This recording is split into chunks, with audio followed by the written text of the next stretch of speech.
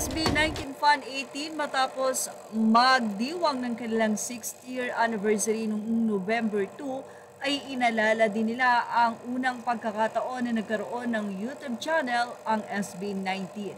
Mula sa post ng SB19 Facebook May 23, 2018, SB19's official YouTube channel is officially launched. Now you can watch all of SB19's covers and upcoming videos through YouTube and Facebook. Samantala, naging emosyonal ang ilang 18 sa nasabing post na ito na makikita napakababata pa nga ni Stel, Pablo, Ken, Josh, and Justine. Mula sa nasabing post, narito ang kanilang naging komento. Mga bagito pa sila at mga cute pa.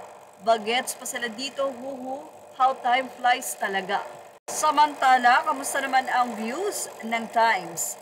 Sa the first take ng SB19 sa pang-apat na pagkakataon ay may 311 and 796,000 views ang nasabi nga pong cover nila sa the first take in 10 hours. Samantala, ano naman ang balita sa batuhan sa AAA? Naku po, nasa second place muli ang SB19 dahil nalamangan sila ng Stray Kids ng 695 vote gap. Ang SB19 ay may 25.79 at mas lumamang na nga po ang Stray Kids. Ngayon po ay November 4 kaya hanggang bukas na lamang ang botohan. Well, kakayanin niya ng 18. Samantala, para sa kaalaman ng lahat, mula sa Facebook ni Mama Cruz from SB19 Collective Group, 9 hours ago po ang nasabing update. Attention! 18 Fam, we have another exciting voting collaboration in cooperation with MOA Buhay Academy. We will be voting TXT or Text on Mama 2025 Funds Choice and Visa Fund Choice via Mnet Plus app for the female category.